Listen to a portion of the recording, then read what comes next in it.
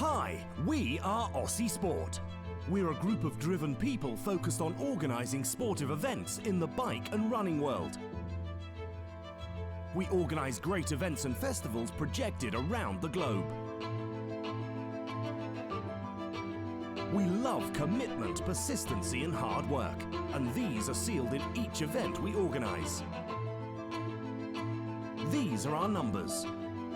1 million visitors during the season, 100,000 athletes in our events, 40,000 outdoor lovers in our database, 20 million social media interactions, and a sports media impact valued at 20 million euros.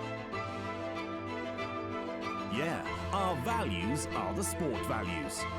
Our purpose is to keep spreading them to the present and future generations through the organisation of sport events.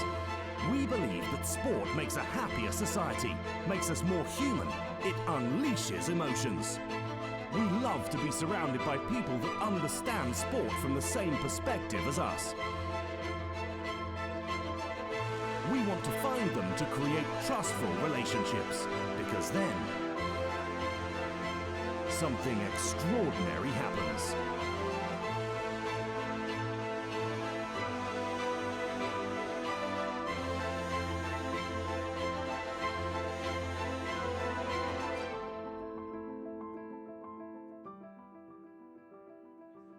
Good afternoon and welcome to the first round of the 2020 Super Cup Massi, held for the 90th time in Banyoles. Horse category cross-country event since 2017, the most outstanding cross-country race in Spain and one of the best racing fields in Europe. This is José Luis Arce, and together with me is Eduard Aguilera, a renowned personality of the mountain biking scene. Hello, good afternoon, everybody. Great pleasure to be here, José Luis. This is one of the best races we can find in Spanish soil. And this year, as usual, we're going to have one of the best starting grids that you can find anywhere. I mean, it's going to be fun. And yeah, the ladies are on the home trainers already. I mean, warming up, getting ready for a race that is going to take part in just 15, 16 minutes. So don't go too far, stay in front of the screen because it's going to be real fun. Just to remind everybody, elite women are going to race for one start loop and 4 laps for an estimated racing time of 79 minutes.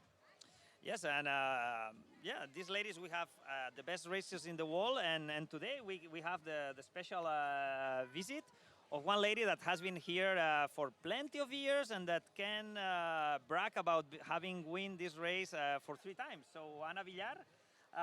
She's now working for the Catalan Cycling Federation. And please, we're going to jump into Spanish for the first question. And so we'll make you a summary of what she says. But Ana, ¿qué supone para el mountain bike catalán y español el tener un evento de estas características en el que además de tener grandes corredores también se están haciendo carreras para junior y el potenciar la base? ¿Qué te parece? Bueno, la veritat és que a mi m'encanta, és una competició que ha crescut molt, ens dona molt nivell, el fet de tenir una carrera tan internacionalitzada amb corredors de tant nivell fan que els nostres propis corredors es puguin mesurar i rivalitzar contra ells, i això sempre puja molt el nivell. A sobre tenim una competició que aposta per la base, tant ho hem vist ara, que és una UCI Junior Serie, per tant és brutal, hi ha molts nens, i a més, destacar que aquest any, per primer cop, també els infantils han pogut córrer.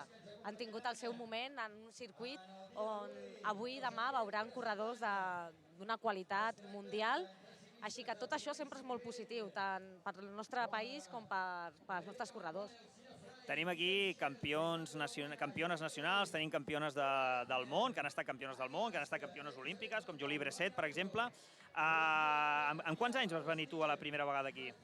Ostres, jo vaig venir aquí, era categoria sub-23 el meu primer any, així que rondaria això, sobre els 18, 19 anys, m'iniciava jo per aquí. Molt bé.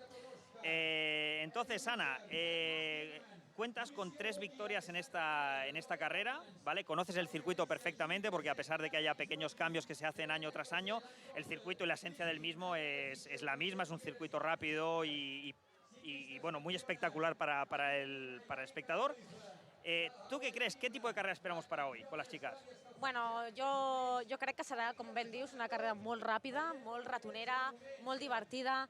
Jo crec que disfrutarem molt i com hi ha tantes noies, que això és una notícia excel·lent, crec que el poder, com bé ens diu, un circuit que pots veure-les tantes vegades donarà molt d'ambient i molt de caliu. Crec que veurem una carrera excel·lent. Perfecte, doncs Anna, moltes gràcies. Just as Anna was saying, she has raced and won this race 3 times. It was a great pleasure to have her here. And now, José Luis, what's coming next? Yeah, well, the top 6 women will be called from the starting line. Just remember, it's going to be ordered by the UCI ranking, then the 2019 overall, and finally by registration. The course is a 6.5 kilometer loop, and the start loop is only 2.2 Ks. The course has 2 technical sections, 2 technical feed stations, where riders are not only able to change or get their drinks or feeding or gels, but also any kind of mechanical issues must be solved only at those 2 points. Yeah. No, it's a race that normally mechanicals are not that it's not common to have very big mechanicals, but of course flat tires are always in every race. So yeah, for sure they have those 2 options. Yeah, so we're going to start seeing the first women warming up. Yeah, we've got Rebecca McConnell, Gita Michels as well behind her with the Belgian team suit. Yes, we have several national champions here, both in the men and the women field. Eduard, you know really well the World Cup scene. You've been team manager of a top team, so it's quite impressive the field we're seeing here. The race today is gonna be real fun. It is. We're gonna have some of the best riders in the world. It's really incredible to have them here as every year, but this year seems to be something special. Some of them have already been racing in stage races before coming here. Some they have tested a little bit. Some others, this will be the first race in the season, but for 90% of them, or even more, it's going to be the first XCO race. I mean, so everybody's a little bit nervous. They don't know exactly what's going to happen. And it's exciting for them and exciting for us to see what happens. And we'll see. And just before we change to Spanish, so that we can interview David Valero, who's just joined us, Yep. current national cross-country champion. Well, welcome, bienvenido. Buenas tardes, David. Encantado de tenerte aquí con nosotros. Muy buena, bueno, muchas gracias por invitarme aquí a pasar un rato con vosotros y bueno, a disfrutar también de la carrera de la chica. Pues bien, nada, oye, esto es un circuito que tú conoces muy bien. Has ganado aquí un año, ganaste aquí un año en una carrera espectacular con Julián Absalón, en el que al final te impusiste. Y has llegado a ganar la general de Supercup de Massi en el 2018. Entonces conoces el circuito y conoces tanto el circuito por Banyoles, pero como el circuito de las típicas, de las diferentes carreras que lo componen. Vienes de correr una carrera por etapas que has ganado, o sea, muy bien. Entonces, ¿cómo afrontas tu primer XC del año? Porque claro, el esfuerzo es diferente, una carrera de 2, 3, 4 horas por día que una hora y media y gas a fondo. Bueno, la verdad que empezamos por la primera parte, llegamos con buenas ganas, con ganas de correr aquí, un circuito que me gusta, el ambiente es espectacular, la verdad que la primera carrera del año, de la temporada, donde llegamos con muchas dudas porque al final es un calentón, mucho nivel y sabemos que va a ser dura, pero llegamos con ganas de disfrutarla, de disfrutar del ambiente, de disfrutar del circuito y bueno, bien, al final es una carrera que ya he corrido creo que 2015, no, antes de 2013 llevo corriendo aquí y bueno, un circuito que me gusta por cómo es, se me adapta bastante bien porque es un circuito de potencia y bueno, pero este año el nivel que hay es impresionante, será una carrera muy complicada, será un grupo muy grande adelante y yo creo que como todos los años será una selección de cara al final de la carrera, que será donde se decida todo. Así que será una carrera bonita de ver, sobre todo para el aficionado y para el espectador, donde disfrutará de una carrera espectacular. Sí, es una carrera que normalmente se caracteriza por eso, ¿no? Porque se hace un grupo adelante, 10, 12 corredores, pueden ser 8, pueden ser 15, no sé. Al final, ¿te sientes bien en una competición de ese tipo? Bueno, al final es una competición que tiene mucha presión desde el principio, ya desde la salida tiene muchísima presión, pero es una competición en la que estás todo el rato con la adrenalina, con la tensión de estar peleando, porque sabes que tienes opciones a ganar la carrera y que sabes que hasta el final de la carrera no se decide. O sea que será una carrera muy apretada en todos los aspectos. David, y respecto al material, la bici, neumáticos, ¿con qué te vamos a ver y con qué es lo habitual que te veamos a ti y a tus rivales en esta prueba? Bueno, lo más seguro que casi todos llevemos casi rígida. Al final un circuito que se adapta muy bien a la bicicleta rígida, una cubierta semi-slip que bueno, rueda muy bien, un taco lateral para agarre lateral y poco más. Al final buscamos llevar la bicicleta lo más ligera posible, lo más rápida y que el comportamiento sea eficiente 100%. Bien. Y ya como última pregunta, eres el vigente campeón de España, ya sabes lo que es estar en unas Olimpiadas, estás luchando ahí por clasificarte para las Olimpiadas con la selección española. ¿Qué importancia le das a esa carrera en Tokio? Bueno, la verdad que es una carrera muy importante, una carrera de 4 en 4 años. Estamos luchando, ahora en principio de temporada estamos luchando por mantener esas 2 plazas, conseguir el máximo de puntos para tener esas 2 plazas y bueno, yo creo que estamos 5 candidatos que cualquiera de los que vayamos podemos hacerlo bastante bien. O sea que será, según el estado de forma, el que mejor esté durante toda la temporada y esté yendo bastante bien, el que decidan de ir a esa Olimpiada de Tokio. Pero bueno, tenemos un año que hay muchas pruebas importantes, tenemos un campeonato del mundo, 6 pruebas de Copa del Mundo, un campeonato de Europa y muchísimas pruebas aparte de la Olimpiada. La Olimpiada, digamos, es la cima, el máximo la guinda, ¿no? para cualquier atleta. La verdad yo he tenido la experiencia de haber estado en Tokio, me quedé en Río, me quedé en las puertas del diploma, pero bueno, ya sabes que para las próximas sabes cómo es la carrera, la situación y vas con otra vista. Muy bien, pues David, te agradecemos muchísimo, José Luis y yo, que hayas estado aquí con nosotros, que hayas podido compartir tus impresiones con nuestros espectadores. Y nada, José Luis, ¿nos vamos a por la carrera o qué? Yeah, so thank you very much, David Valero, our Spanish cross-country champion, who we will see racing tomorrow. And now we're into the start line. The top 6 women are getting ready. Yeah, the starting grid is ready. We can see all the ladies in front. We see Annie Lass, for example, in the UK national champion jersey, for example. So who's your money on? Who's your bet here? It's gonna be difficult because as we were asking our guests, yeah, it's the first race of the season, XCO.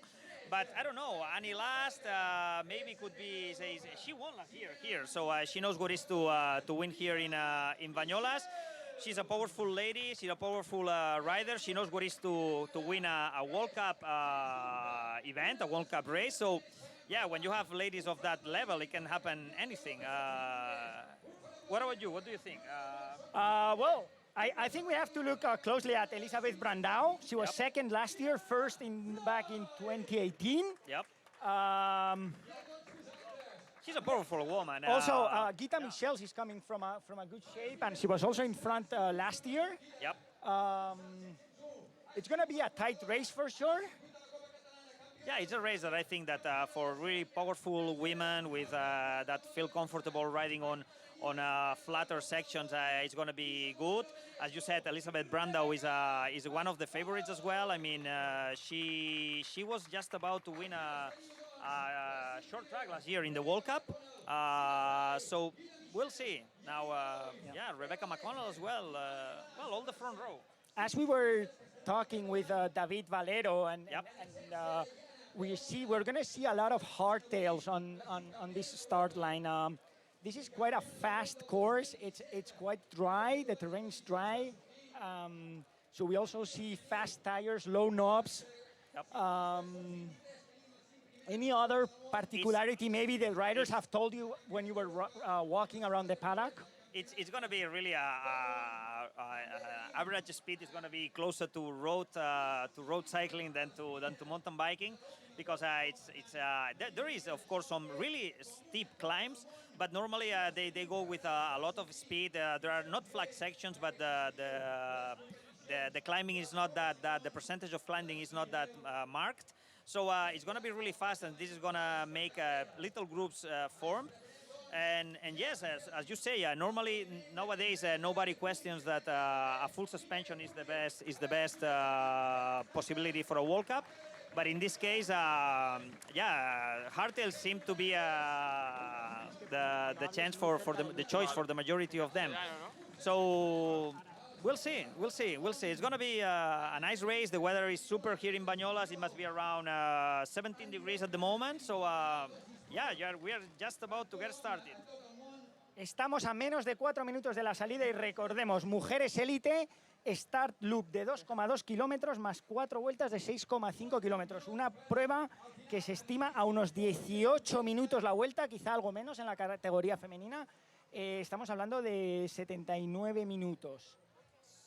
Sí, puede ser. De hecho, yo he estado hablando ahora comía con Valero y con Nadir Koledani, y 17 minutos para ellos entrenando, pero entrenando a buen ritmo, ya lo consideraban rápido. O sea, que yo creo que las chicas será más 19 que 17. Veremos a ver. O sea, pero va a ser eso, un buen calentón, la verdad es que sí. So we're just waiting for the start. We're seeing all the riders now breathing deeply. Everybody's focused.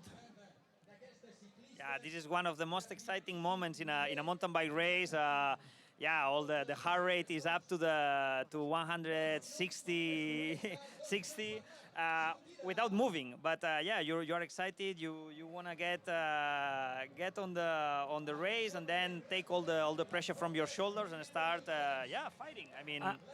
I just wanted to say, this is the first time we do live streaming of this race. You think they are more nervous than we are? I think, we are we are new in this kind of things. These ladies are used to race every weekend. So maybe we are even, they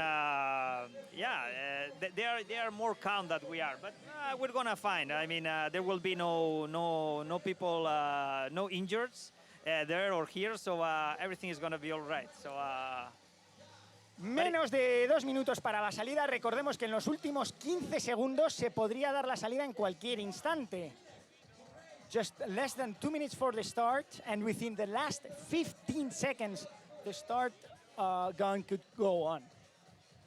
The ladies are all together. The space between them is small. This year they have made the start line a little bit wider. But it's always super important to get a good position, because it's so fast, so fast and so flat that if you make a mistake, even when clicking your pedal with your shoe, that if you make a mistake, you can go 30 positions back, and this is really tough to fix. You're going to be in a big problem if this happens. So just to point out, you will see in the first line there's a lot of women with their jerseys are similar to their flags. Those are the national champions. 50 seconds to go. Yep. There we go. Let's see. Let's hope there are no injuries, that everything goes clean. And there we go. A start of the women elite. Let's see. Wow. Great number of riders. I mean, it's a super nice peloton that has gathered here. We have 87 elite women, but during this weekend, there's also a junior UCI series, master races. That's 1,000 entries here, which is over 35 different nationalities, which is amazing. Yeah, and we can see from the far that Eva Lechner was pushing hard. She even opened a small gap. It will have no affection on the result, of course. They just started, but look at her. I mean, she opened like a 20-meter gap, so at least it means that she's really focused on kicking asses today. Bueno, pues ya hemos visto la salida de las mujeres élite, 87 inscritas, pero recordamos que a lo largo del fin de semana también hay Junior UCI Series, categorías Máster, cadetes, infantiles. Estamos hablando de 1000 inscritos, 35 nacionalidades representadas de 5 continentes. Una pasada.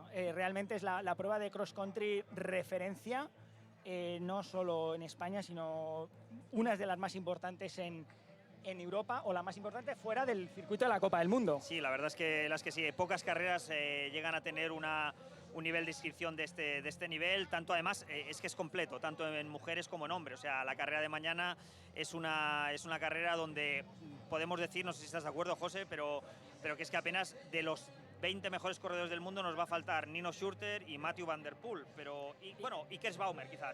Correcto, esos tres. Los demás están todos en Banyoles. Sí, todos aquí, además todos muy focalizados, están todos pensando en, bueno, que es la primera XCO del año, es un año olímpico, todo el mundo quiere puntos, todo el mundo quiere demostrar que está bien, que ha trabajado bien en invierno, quitarse dudas también, porque al final entrenas mucho, aunque hagas tus series bien, los números en la máquina dicen que estás bien, los vatios, pero luego, oye, al final esto hay que ponerlo en común y no sabes cómo están los demás. Entonces... Y no hablemos, por supuesto, de la presión de algunos que todavía se están jugando a la plaza olímpica, no solo como corredor individual, sino también como país, que todavía no está decidido. Hasta mayo se pueden decidir las plazas olímpicas. Correcto, es un año de mucha tensión y por eso también el nivel es más alto. O sea, la gente llega en febrero, normalmente en febrero todo el mundo llega más o menos bien, con los deberes hechos, un invierno más o menos trabajado, pero en un año olímpico aquí nadie deja nada al azar y todo el mundo está bajo cierta presión y llega todos mejor, es así.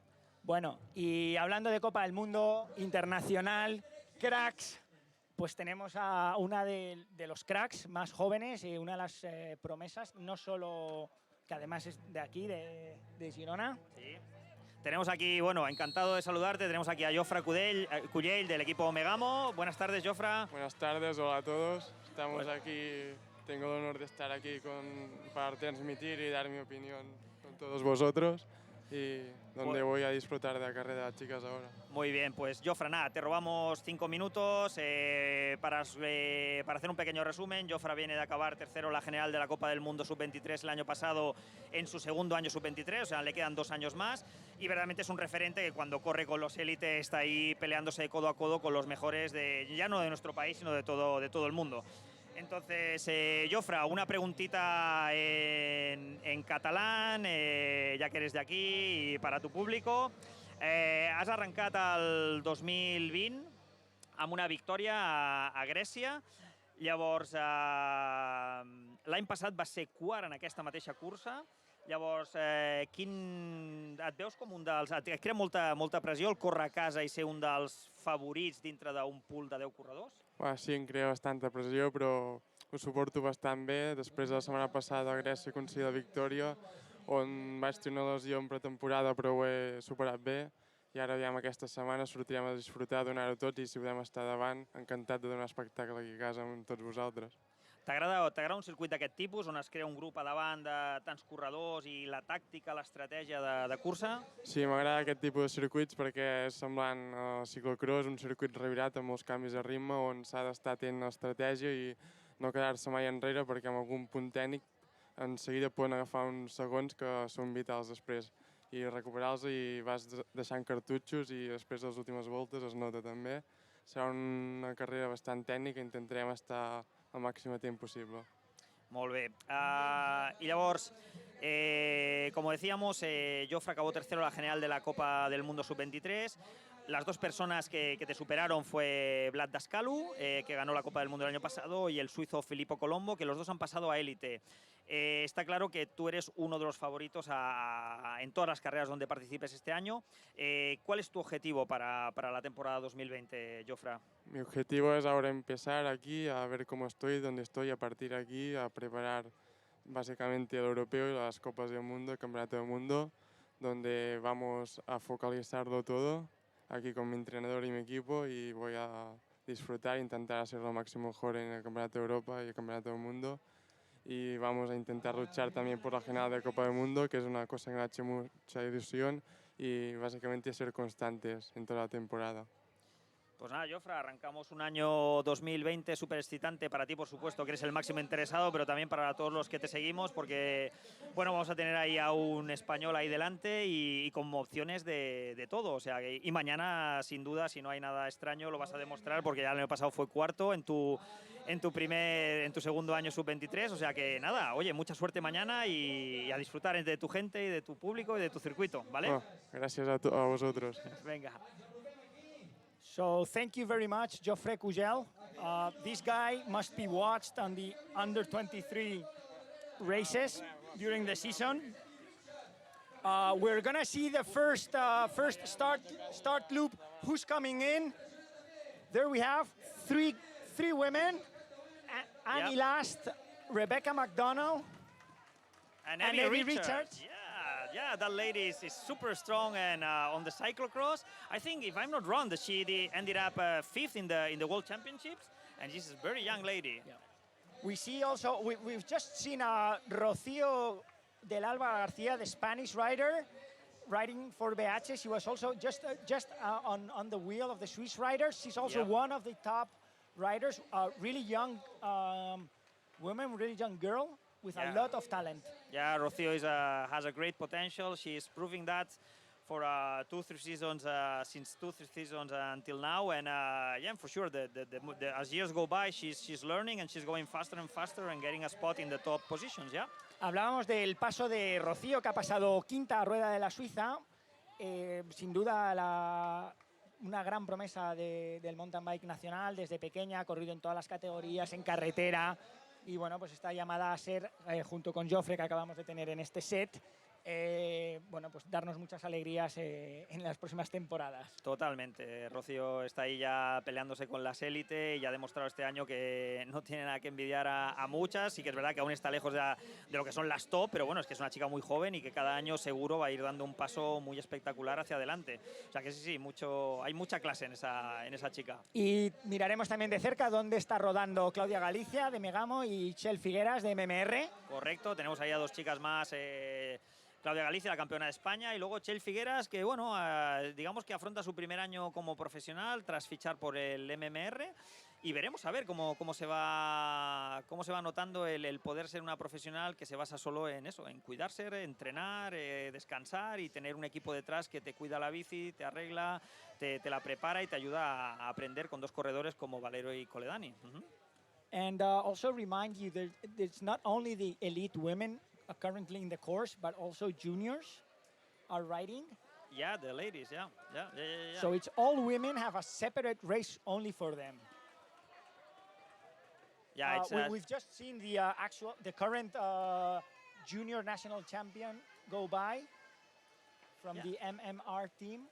And look at that, I mean, they started like a minute after, and they are already in the top 30 position. So, yeah, the young ladies are strong, and yeah, these are racers. I mean, they want to race, and they want to give their best, and nobody can fall asleep in there, because if you make a mistake, 10 people is gonna pass you in a minute. So, Eduard, you think maybe those who have been riding cyclocross, who've been racing cyclocross during the off-season, well, the mountain biking off-season, obviously, all-season for cyclocross, you think these riders will have a slight advantage here?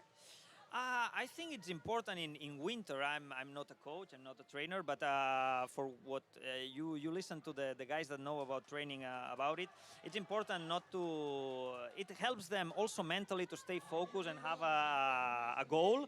Because if you stay all the winter, I mean, competitions finish in October. If you start racing again in February, you have 5 months there.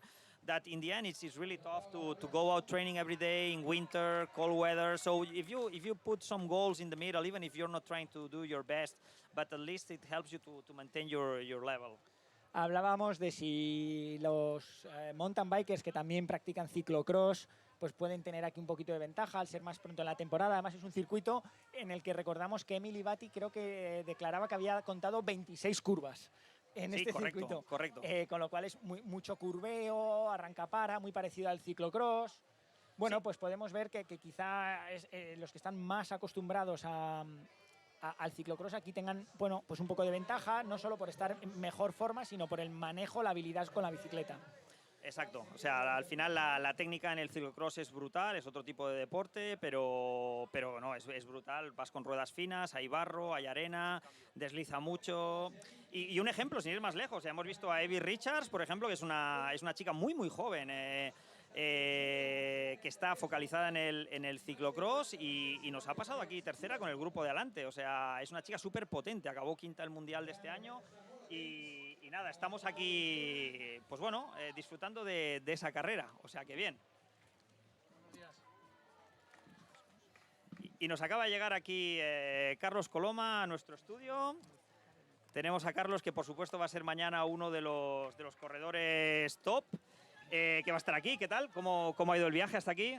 Bueno, buenos días, Eduard y Arce y toda la gente que nos está viendo. Pues bueno, el viaje muy bien, muy cómodo. Vinimos el jueves, aprovechamos un stage que estábamos haciendo en Altea en el Cal Negret para llegar a esta prueba lo mejor posible, que el año pasado, pues después de venir una prueba por etapas, tal vez acusamos un poco la fatiga, y este año hemos intentado que tanto Rocío como Pablo Rodríguez como yo pues lleguemos al 100% y intentemos estar plantando cara a todo el elenco de corredores que hay a nivel mundial. O sea que llegáis un poquito más descansados que el año pasado, tomasteis nota y llegáis mejor. Bien. Tú sabes lo que es ganar aquí, tú has ganado aquí. Entonces, sabemos que es una carrera un poquito peculiar porque se montan grupos adelante y demás. ¿Qué se necesita para estar aquí en la pomada? Bueno, pues como bien dices, es una carrera un poco peculiar porque es una carrera que, aparte que el nivel es brutal y es prácticamente una minicopa del mundo, como todo el mundo sabe, y este año una vez más pues han vuelto a dar un salto de calidad en cuanto a participación y organización, a pesar de toda la experiencia que tienen, cada año se superan.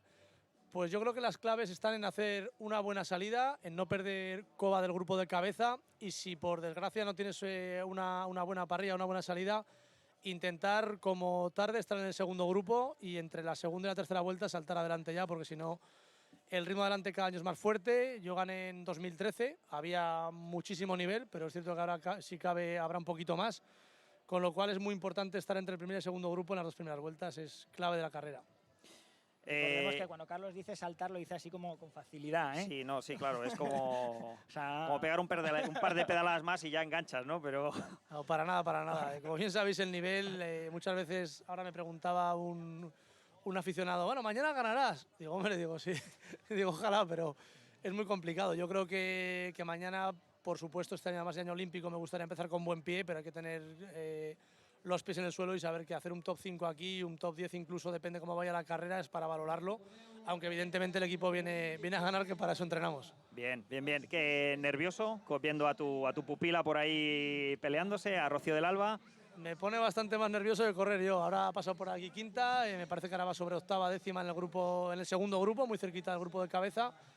Lo está haciendo realmente bien, creo que está haciendo bueno, que el ciclismo femenino en España tenga todavía un aliciente más del que ya viene teniendo desde estos últimos años con todas las corredoras como Claudia y compañía, pero ella quizás en cross country está como siendo un poco la guía de todas las jóvenes que vienen detrás, y a pesar de sus 22 años yo creo que está motivando a mucha gente y lo está haciendo genial, y para mí es un súper orgullo. Y después de tu medalla en las últimas Olimpiadas, entendemos que una vez ahora arranca ya el XCO, ya habéis pasado el invierno, los entrenos y demás, ahora ya va todo enfocado para la fecha de Tokio, ¿no? Sí, sin duda. El equipo ha planteado el intentar hacer pleno en los Juegos, aunque será muy complicado. Rocío tiene la plaza ya segura matemáticamente, Pablo y yo la tenemos que disputar. En España hay 5 corredores de un nivel muy alto. David Valero ha demostrado que quizás sea el más regular estos 2 últimos años, que tiene un gran nivel, pero por detrás pues están Pablo, está Mantecón y está, como no, Jofre Cuyel, que con tan solo 20 años está pues haciéndose un hueco en la élite mundial, aún siendo sub-23, también es un hombre a tener en cuenta. Y por mi parte, bueno, yo creo que lo he demostrado en todas las carreras que he competido a nivel internacional, sobre todo en Juegos Olímpicos, con el diploma y la medalla, pero bueno, lo ideal es empezar una buena temporada, llegar a mayo los 5 en un gran nivel y bueno, si va todo normal, yo creo que más o menos puede estar ya encaminado, pero está clarísimo que los corredores, los 5, tenemos un gran nivel y hay que llevar a la gente que realmente vaya a hacer la mejor carrera, sin dejarse guiar ni por la etapa, ni por la veteranía, ni por la juventud, sino el que mejor lo vaya a hacer en ese momento. Bien, pues Carlos, oye, te agradecemos muchísimo. Si José Luis tienes algo ahí pendiente de comentarle. Anotaciones tiene muchas, no sé. No, Carlos, bueno, Carlos es ha ganado aquí. Yo creo que es un circuito explosivo, rápido. Además, yo creo que es un sitio que tiene cierto encanto para él, ¿no? Que te motiva un poquito más que... Sin duda, para mí, siempre lo he dicho, la carrera a nivel nacional más importante para mí, casi como el Campeonato de España o igual. Bueno, mis primeras carreras en el año 94 fueron aquí en Cataluña, siempre se me ha tratado súper bien. Del año 2004 al 2010 competí y trabajé para equipos catalanes, coincidí también con Eduard en su día. Se me ha tratado siempre súper bien, además aquí en Banyoles tenemos un patrocinador, un amigo muy fuerte que son la gente de Lodmid Group, una empresa muy fuerte que nos ayuda a todo el equipo BH Templo Cafés desde hace un montón de años y todo esto lo hace muy especial, ¿no? Que sean mis primeras carreras hace más de 20 años y que la afición nos quiera tanto, nos quiera durante todo el año, pues para mí esta carrera sin duda es la número 1 a nivel nacional y no lo digo porque estemos aquí, lo digo porque lo siento así. Además, siempre con buen clima, siendo febrero, finales de febrero, que siempre los últimos años al menos estamos teniendo aquí una media temperatura de 18 grados, 20 grados, incluso el domingo a la hora vuestra, o sea que... Corrimos aquí años con mucho barro, en 2000, sí. No sé, fue 12 o por ahí, unos barrizales tremendos, pero ahora llevamos ya unos años disfrutando de un buen tiempo y este fin de semana pues estar aquí en febrero de corto lo hace que sea, aparte para los corredores, que corramos muy tranquilos porque ya todo está en el material elegido, que muchas veces, bueno, de hecho una cosa a destacar es que cada vez más, incluso en este circuito corrimos con bicis de doble suspensión, que antes era un circuito solo para rígidas y ahora mismo yo creo que la mitad de la parrilla se divide, nosotros con la BH Links Race y otros corredores que cada vez el material es más competitivo, cada vez está todo más afinado y el que este clima esté así ya pues nos hace estar tranquilos, la bici está ya puesta para mañana, neumáticos elegidos y la gente que tiene dudas de si voy o no voy a ver a los corredores, pues cuando hace un clima quieres que no es como el último empujón para venir hasta aquí, hasta Banyoles. Bien, pues Carlos, oye, te agradecemos mucho la visita, te dejamos que vayas a vigilar a tu pupila Rocío que está ahí en la cremita y nada, y luego que descanses y mañana pues a darlo todo y a pelearse ahí en la primera precopa del mundo del año, ¿de acuerdo? Así es, gracias Eduardo. Muchas gracias por estar. Nos vemos mañana. So this was Carlos Coloma, current bronze medalist in Rio 2016, one of the top riders, Spanish top riders. Yeah, Carlos. He has been a rider that has been in the pro circuit for many years, and even in '99 he was already a silver medalist in the World Champs as a junior. So he has been all his life working as a pro. So everybody knows him. Yeah, for those who are watching right now our live broadcast, men elite will race tomorrow at 12:30, and you can see we will get online at 12:20. Recordar que mañana conectaremos para la carrera masculina a las 12:20. Correcto. Unos 25 minutos antes de 15 minutos antes de la salida masculina, así que tampoco os lo perdáis. Es un horario espectacular, o sea, os da tiempo a levantaros, salir en bici un par de horitas y estáis aquí preparados ya delante del ordenador para los que no os podáis venir a Banyoles, al menos poder seguir un poquito la carrera y nosotros intentaremos ofrecerosla y explicaros todo lo que esté sucediendo. O sea que... Ya estamos a punto de que completen la primera vuelta. Exactamente, vamos a ver cómo va la carrera.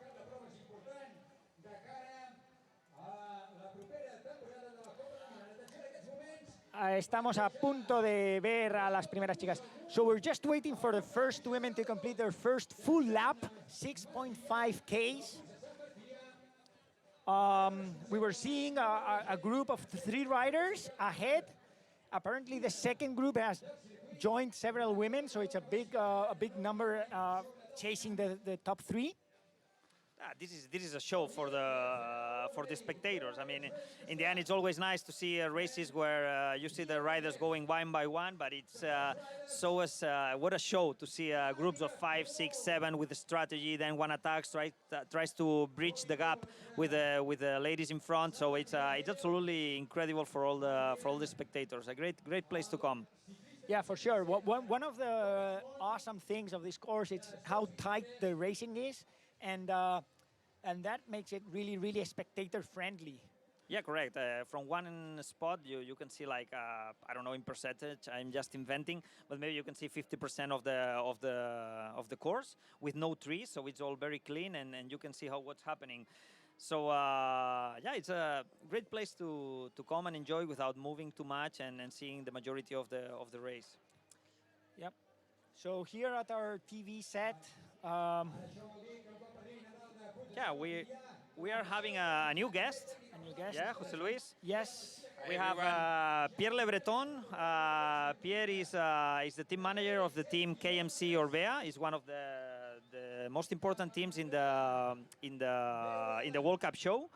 Yeah, and he's also got Victor Koretsky on. Yeah, correct. And Koretsky knows perfectly what is to win here. 3 times. Yeah, correct. And several podiums. Yeah. He's one of the big names. He's still a young rider, but already with a lot of experience, and that this year he can achieve anything. I mean, you can expect him to win in any place. So Pierre, welcome to our set. So thanks for inviting me. Please talk really close to the microphones. Okay, it's loudy. Noisy here. So Pierre, this is the 22nd season for your team. So that is absolutely crazy in such a changing environment like our society is. So and this here in Banyoles, for the first time this season, you are coming with all your riders. You were in a race before with 4 of them, but here you are with full power. Yeah. So what are your expectations both for today and for tomorrow? Yeah. It's only the beginning of the season, but I would lie if I said we have no expectations. Annie won last year. Yeah, correct. I think she's in a good position right now. Victor did well as well. He won several times. He was second last year, but he has good legs. He showed this last week at the Mediterranean Epic. So, yeah, we have expectations. Malen had a good shape as well, Malen Dane. And Milan Vader and Thomas Licher for the men's race tomorrow with Victor Koretsky. They were not really on the front last year, but they have really good legs this year. So, we expect podiums. You were in a stage race last week, but Annie Last was not there. Your UK champion. Has she raced anything in her home soil? She was not on her home soil, actually, but in South Africa. Okay. As we are on an Olympic year, the riders have all to follow like their national team programs as well. So she was with her national team on a Tankwa track in South Africa. Okay. So it is a race in duo, but it's her first race in solo and her first Olympic cross country today. Okay, super. So and as we said, you have Annie Last, that is the UK champion, but you have 3 other national champions. That's not that's really impressive. You have 5 riders and 4 are top elite national champions. Is there any of them that is already classified for the Olympics, or not yet? Some of them are in really good position, I'd say, but you know how it is. But not and officially. There's no officially because in all the nationalities we have, there hasn't been any official decision yet. But for some of them, they are in really good position. So just excuse me a moment. We're seeing the head of the race. So that seems I would say that's Annika Langvad, chased by. Yeah, that's the Trek rider. Yeah. Abby Richards. Yeah. And that's Swiss, I would say. 3rd rider, Swiss rider. Yeah, correct. Yeah, she's riding the Swiss. Linda Indergand. Linda Indergand, that's right. Yep. Yeah, they are starting to push and trying to open gaps and putting some pressure. In the end, it's I think that it's really difficult. I don't know how you see it, Pierre, but I think it's difficult to go solo so early. But I think it's more kind of mental pressure, to put some mental pressure on your competitors. What do you think? Yeah, exactly. That's what we like here. To begin the season, it's really it's a tough race in a way because, as you explained before, it's really a battle in between the riders. It's hard to dig gaps, and you see the riders, you see your competitors from far away. So yeah, as you say, it's quite like a mental war, but of course you need good legs as well. Yeah, for sure. Bueno, estábamos viendo la cabeza de carrera femenina liderada por la ex campeona del mundo Annika Langvad, seguida de Abby Richards y Linda Indergand. A punto estarán ya de pasar por meta. Pues seguramente. So we're gonna let you go and check your Thank you. ladies, because you have two ladies racing and you must be nervous sitting here and watching it on the TV. That's absolutely normal. So thank you very much, Pierre, and Thank you. best of luck for today and for tomorrow. Okay. Thank you very much. Okay. Bye. Merci. Aquí las tenemos al paso de meta, 25 minutos de competición y efectivamente Ahí tenemos, sí, a... Annika Langvad y Evie Richards. Exactamente. Y no muy lejos, Linda Indergan. Al final es eso, son pequeños huecos, pero Van a cuestan. doler, van a doler, van a Van a doler. doler mucho, sí, sí, Pero sí, Ana, sí. era Alessandra Keller con el 7.26. Bien, entonces tenemos Rebeca, ahí Rebeca. Annie Last, campeona británica, seguida de Rebecca McConnell, campeona australiana. Y la jovencísima Laura Stiger. Laura Stiger también, no os perdáis, guardaos ese nombre porque Laura Stiger es un, bueno, es un portento espectacular, una chica súper mega joven. Y ahí vemos a Rocío pedaleando de pie Correcto. antes de coger el tramo de asfalto. Muy bien posicionada. Tenemos que rectificar, la cabeza de carrera no es Annika, sino es la otra carrera, es la otra corredora de Specialized. Ah, bien. Pues La, os pedimos- estadounidense, discúlpenme.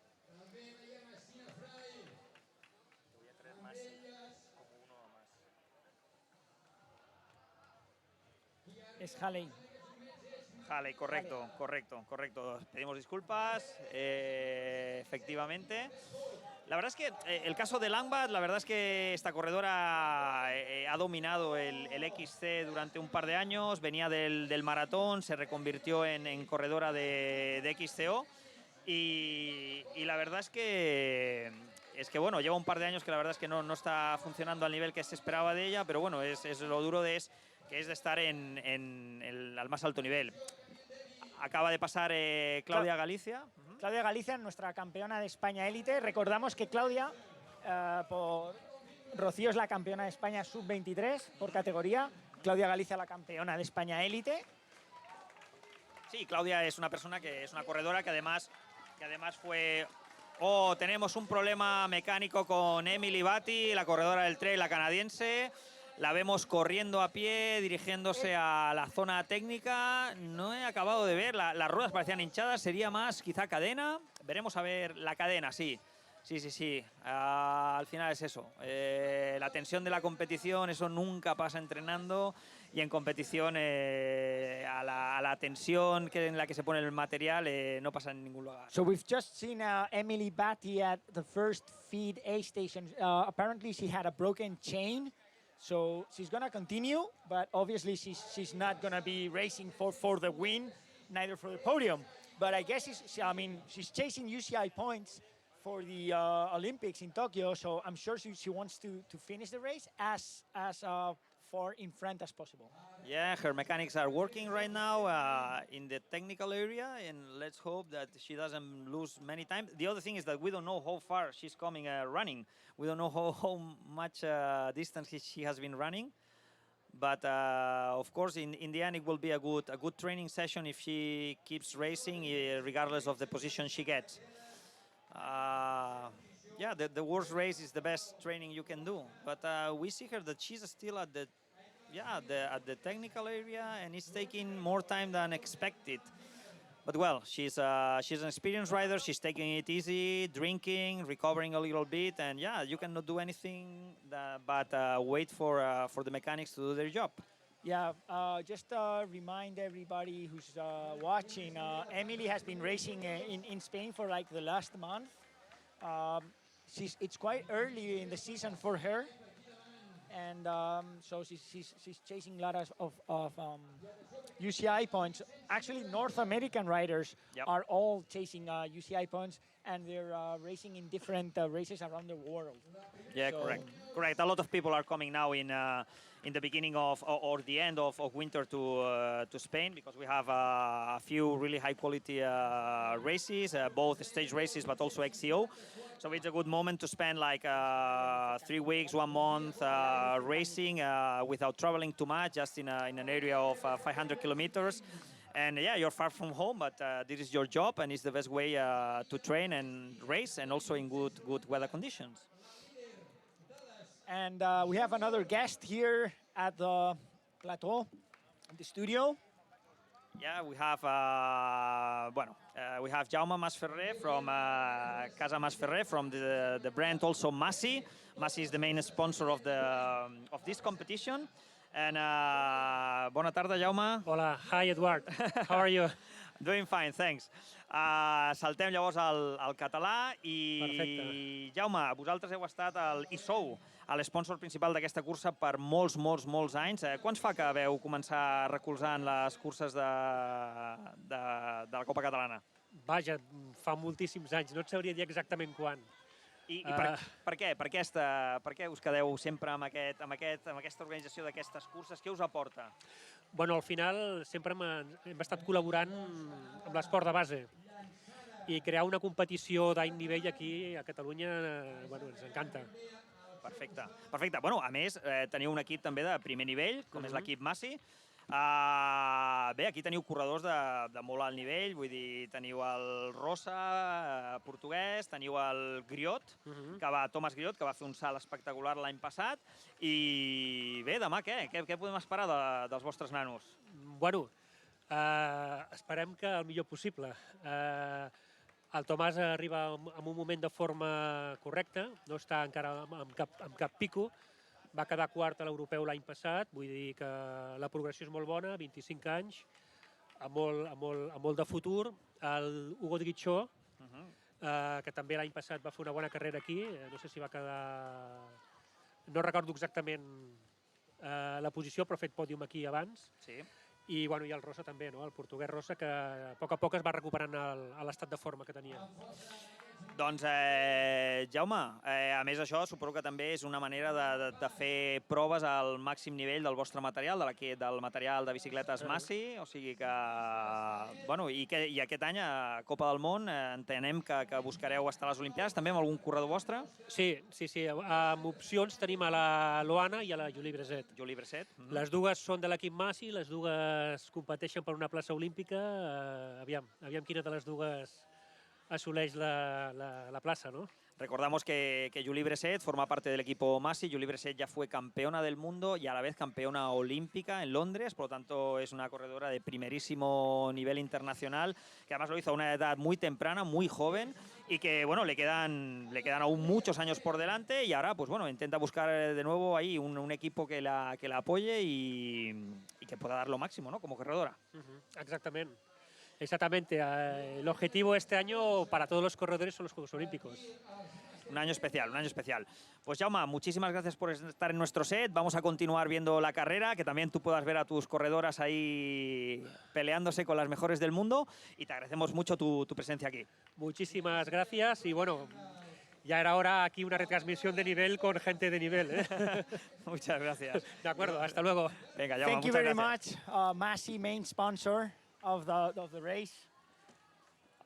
Thank you very much for supporting mountain biking racing, not only top level, but also the juniors and youth. I mean, that's so important.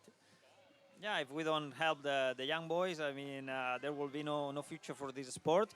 So sometimes we only look at the guys that are already on elite and they are in the front on the races, but those guys were also children. So if we don't help them and back them up and give some advice when they are lost and they need some people to give them some advice, the sport is not going to grow as we would like to. So great action from Massi as well as many other brands. So now we're seeing the first feed and tech section.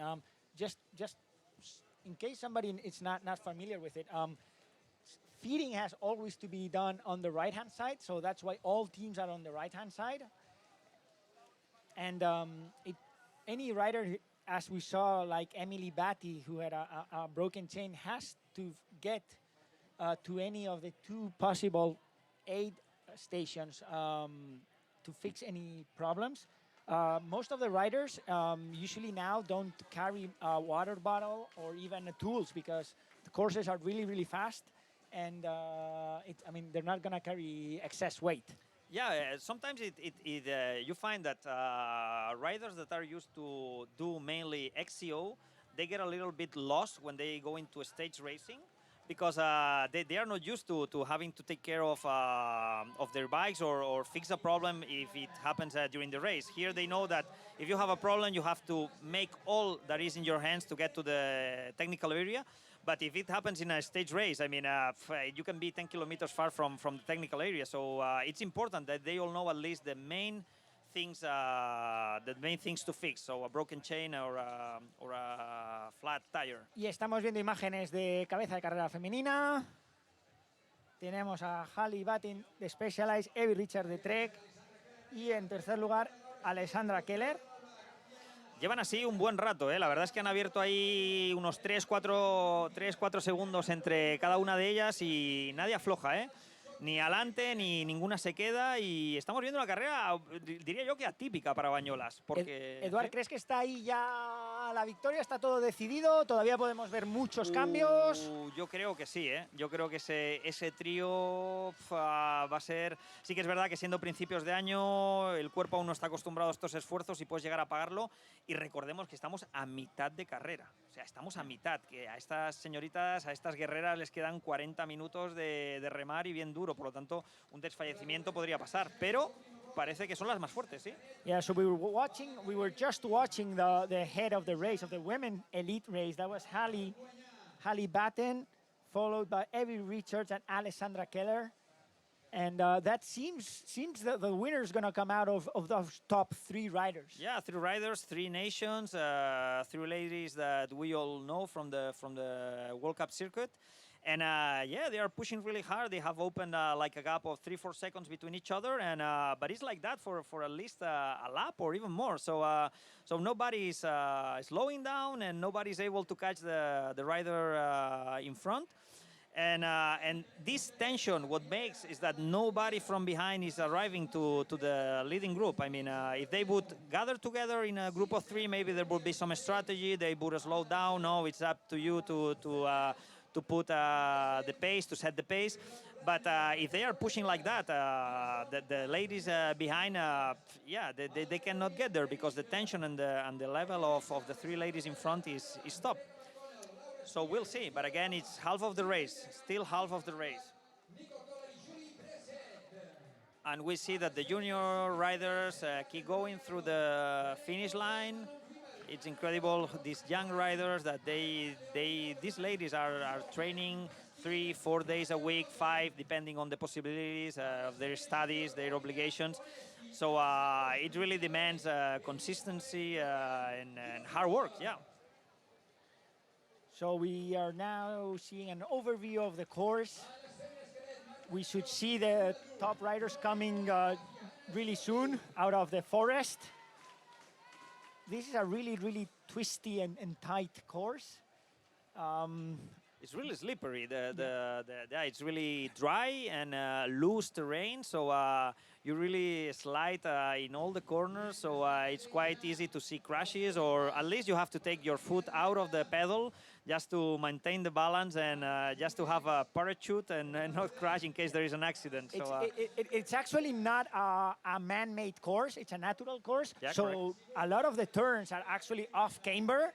So that makes it slippery. Yeah, super sliding. I mean, yeah. This is why to choose the right tires and also the pressure. The pressure on the tires has here a big impact on the performance of the wheels. Yeah. Sí, hablábamos de que del circuito de Banyoles es un circuito muy seco, muy revirado, con muchísimas curvas. Es un circuito natural, no tiene peraltes artificiales y demás. Y la importancia, bueno, pues de tomar esas curvas y de la presión de los neumáticos y la elección de los neumáticos. Aquí hablamos de, bueno, los aficionados a lo mejor, hablamos de gente que los más o menos van rondando el bar de presión, 1.2, 1.4, 0.8, dependiendo un poco del peso, la agresividad, la anchura de la llanta. Además ha cobrado mucho protagonismo el uso de mousse interiores en los neumáticos, entonces eso aún te permite ir más bajo, aguantando el neumático para que no destalone, ¿no? Hace función de viga interna, de esqueleto interno y aguanta. Sí que es verdad que penaliza ligeramente en cuanto a peso, entonces normalmente se suele usar más para carreras por etapas, pero bueno, oye, al final si en un circuito así tan resbaladizo te aporta un poquito más de grip, pues todo tiene sus pros y sus ventajas, y sus desventajas, perdón. Hemos visto una avería de Emily Batti, rotura de cadena. Banyoles, afortunadamente, no es un circuito donde se frecuenten las averías, ni pinchazos, ni roturas. Sí, pero es eso, pero siempre hay alguna, como es lógico. Igual que las caídas, por suerte no tenemos que lamentar, al menos que yo recuerde, o ninguna caída especialmente grave. Por supuesto, raspones, caídas, arrastrones, eso sí, pero no es un circuito, no es de los más técnicos, no es de los más exigentes. Pero al final es eso, o sea, cada cosa tiene su belleza y aquí se puede ver pues mucho circuito y se puede ver luego grupos, que la carrera de hoy nos ha dejado mal en el sentido que esperábamos un grupo delante, pero no, y eso significa que también hay chicas con un nivel muy dispar, aun estando las mejores del mundo. Sin duda, decías, el circuito quizá pues no es muy radical, pero precisamente yo creo que es una de las bondades de este circuito, porque invita a que el espectro de participantes sea muy amplio, de ahí los 1000 inscritos, las 35 nacionalidades, los 5 continentes. Eso también nos lo da, por supuesto, los puntos UCI, los Horse Category, que es la máxima categoría mundial en puntuación. Es como el Grand Slam en tenis, el MotoGP del mountain bike. Y bueno, los circuitos se han hecho muy agresivos. Y a veces pues llegar a estos circuitos un poquito más terrenales. Es que al final tenemos que pensar que un circuito de Copa del Mundo hoy en día, hay lugares donde habría gente que está compitiendo aquí y que competirá mañana, que directamente no se atrevería ni a tirarse, no más rápido, más lento, simplemente a tirarse por ellos. Entonces, está bien que tenemos que tener circuitos muy exigentes para poder conseguir y subir el nivel, pero el hecho de que haya un circuito así tiene esas ventajas de que, pues eso, chicos juniors, chicas juniors o élites incluso, pues no se juegan el físico y pueden estar en el mismo circuito que los corredores que ellos, pues a los que siguen y a los que siguen como referentes. So we are starting to see the head moto coming back into camera. We've seen that helmet. Let's see if we get let's them. see if the gaps between the 4 first ladies are still the same. So there's the moto. Yeah, we see the motorbike. Estamos viendo la moto de cabeza. En breve veremos a las primeras chicas. Veremos si se mantiene el trío de cabeza que lo formaba la corredora Levitan, carredora americana y Alessandra Keller. Correcto. Ahí Vamos a ver si mantiene la cabeza. Van muy juntas, desde luego, están pegaditas en ese curveo, en ese serpenteo del... No, tenemos una doblada. Aquí viene Batten del Specialized. Evie Richards, es que es una copia. O sea, tal cual. Parece que les han puesto ahí un imán que las mantiene diferenciadas por 5 segundos y ahí se mantiene. Entonces, sí, eso es señal que ni la primera ni la segunda están aflojando en ningún momento. Vamos, un apunte de la reunión técnica de equipos es que en la carrera femenina no iban a aplicar la regla del 80%. Ajá. So we just wanna make you aware that for the women's race, there's not gonna be the 80% rule, which would make women be pulled out of the race. So, and there we see, as we were commenting in Spanish, that the gaps between the first 2 ladies stay the same. It's a copy-paste from last lap. I mean, there's those 5 seconds between the American lady from Specialized and the rider from Trek, from the English Evie Richards. Yeah, this is a proof that nobody is slowing down. They are pushing really hard, but Evie is not able to close the gap. Neither Batten is able to open to escape. What does is quite clear. Both of them have opened a gap over Alessandra Keller. That's correct. Let's see now when they go through the finish line. What's the difference? A punto de verlas pasar por meta. Ahí las tenemos en la recta de meta, 25 metros para cruzar la línea de meta. Ahora Levitan va como un avión y ahora va a llegar a la zona de avituallamiento donde la veremos cambiar bidón. A 4 segundos sobre Evie Richards. Se la ve bien. Siempre ahí apretando duro, pero sí, ahí apretando bien. El movimiento de riñones, el mensaje corporal. Y Alessandra Keller, pues también le han abierto quizá 3 segunditos más. no ceja en su empeño de intentar contactar y ahora tenemos que vienen... Annie Last en cuarta posición. Correcto, la campeona británica del KMC Orbea. Y aquí una doblada. Una corredora doblada. Entonces podemos decir que tenemos a las 4 primeras en un margen de unos 25 segundos aproximadamente. Pero todas separadas, entonces, pero queda tiempo. Aquí un pequeño desfallecimiento, una salida en una curva, rápidamente es que te coja la corredora que te sigue. Linda Indergan, otra suiza. Rocío pasa ahora mismo en sexta posición con Rebecca McDonnell, la australiana. Ahí tenemos y Laura Stiger, a la corredora española Rocío del Alba ahí tirando, además se la ve muy bien, con muchas ganas, va forzando de pie ya, Rebecca McConnell intentando aguantar ahí la rueda y bueno, a ver también si pudieran colaborar ahí en esas zonas de asfalto y pudieran cerrar. Elizabeth Brandau también, que viene por detrás. Recordar, Laura Stiger ha sido campeona del mundo en categorías inferiores. Sí, en categoría junior y ya en sub-23, si no recuerdo mal, y esto tiro de cabeza, por lo tanto que me disculpen si no recuerdo, juraría que en su primera Copa del Mundo sub-23 el año pasado fue segunda.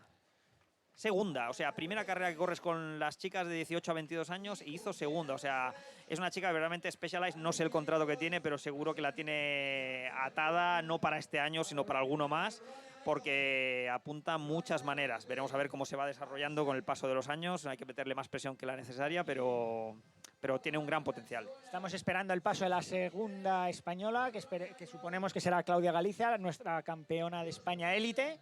Suponemos, veremos a ver.